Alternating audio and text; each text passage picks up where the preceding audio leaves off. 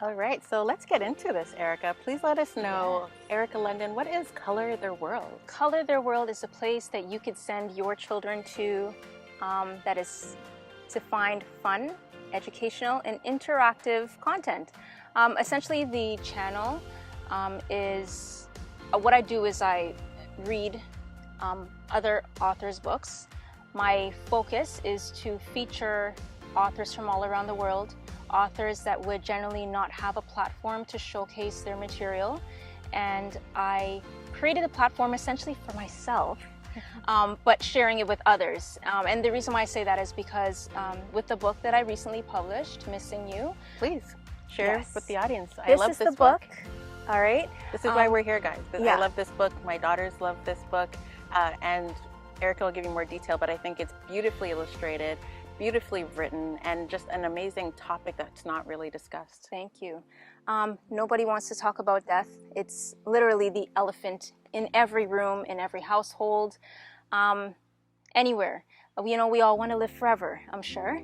And it's a part of life, and it happens. And I believe we need to prepare our children to embrace it and know that it's okay, and we should be comfortable with it. It's the same thing like prepping your child to do well in school. Now, the book was written off of a family experience that I had. When I was younger, my uncle had passed away. And I believe, I don't know if I should say culturally, I find that within the West Indian community, we are very used to sheltering our children. And in a sense, that does some damage because we're not preparing them, I believe, for the real world. In my case, it wasn't really discussed much as to what happened with my uncle. And I think it was just a matter of shielding, which I can't really blame my parents for because it's what they knew. Most recently, I had an uncle that passed away just before COVID. And now having a family of my own, I wanted to be able to change the narrative, just to be able to openly discuss with my children what has and had transpired. How many kids do you have? 4. 4 kids. And how did they take it? The eldest one is 14, so it was easy to discuss that with him. The youngest at the time was 3, so yeah, 3, 7, 5. Those are the ages of the last 3. And with them, the questions come, and they don't always come at the same time. You could be doing something, and then out of the blue, they talk about this family member that they miss so much. So that's essentially what the book is about. I wrote it in the form of a poem. I ensured that it wasn't very long because we know that children these days, their attention span is oh so short. And at the end of the book has questions and facts that the reader, counselor, guardian can discuss with the child to just open up the discussion of what has transpired. And I want to say the reason why I wanted to do this is for my 2 girls. A little background, Kids Swag, we're all about the idea of self-empowerment for kids. We sell children's products with positive representation, the idea of being confident kids that appreciate others. And what really drew me to Erica, what really drew me to Color Their World was, one, the idea behind the platform saying, let's highlight all of these different authors from around the world. But then 2, the intent to be very mindful of the imagery that's leveraged in this book as well, to make sure that it does feel inclusive, to make sure that also those who don't usually see themselves, if we think about Black youth not typically seeing themselves in the narrative, and this being a very important narrative to share with them, that this was really great. I read this book to my daughters, had a really good time reading it with them, and it was interesting because it was the first time that they had to be exposed to a topic like this. Yeah. Let me know, like, what are you hoping for kids? Maybe they haven't gone through loss yet. I can imagine this helped your kids.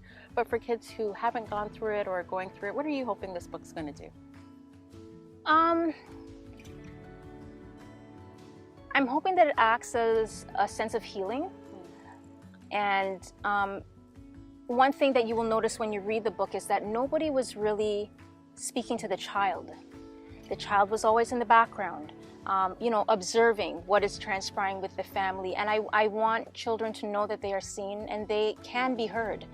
And that's the reason why I have the questions and whatnot at the end, so that it brings the child to a place where but nobody said anything to the girl. Like, what happens? You know, the questions would start, and that, you know, it opens the conversation, and this is what we want. We want to be able to comfortably have dialogue, and I really believe that it's important to have dialogue with your children.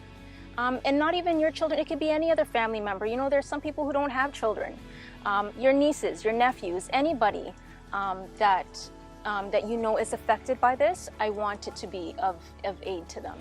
What I think as well that's really powerful is that for me, it gives me a nice tool to reference as well. So not even for children, I think you're offering a great gift to parents where they might be going through their own loss and not too sure how to confront this conversation or what questions to ask. And having that at the back of the book is fantastic. So thank you. We have the book, and I can imagine that there's going to be great things in general from Erica in terms of other books. Let's focus a little bit on the YouTube channel and give us a little detail on like what's happening there. What's your expectations, hopes with that? You know, for now, I feel so bad because I feel like I put it on hold because I'm focusing so much on the book. But really, my first love was the YouTube channel, because in the beginning it was easy. You know, the book's already there, and I said, you know, everybody on YouTube is doing read-alouds. How can I put a twist on this? And I said, you know what? I got it. Not only am I going to accompany it with music, but I'm going to incorporate my Caribbean descent. So you will find that some readings I do with a Trinidadian accent. Some readings I do with a British accent. Some of them I just, you know, and I go with the tone of the story. So they're not all read in the same tone, which engages the child into what the book is really about. And essentially that's what it is. And aside from the read-alouds, actually, I do have activities for the children. And this is also encouraging parents and children to do things together. So 2 times a week I have the read-alouds, and then 1 day a week I have the activities and field trips and whatnot with the children. And I love this because one thing, so behind Kids Swag is the philosophy of mindful representation. And a key part of that is this idea of what do you see, what do you hear, and what do you do? And I feel like Erica touches all three visually in terms of the book, what she's demonstrating in her YouTube channel. You're seeing this plethora of different types of narrative stories that are being illustrated. In terms of then what you hear and the language being very affirmative or offering that opportunity to connect, and then experiences. And I do want to highlight that we're in a beautiful location, Durham region. We're both kind of repping that right now. Yes, we are.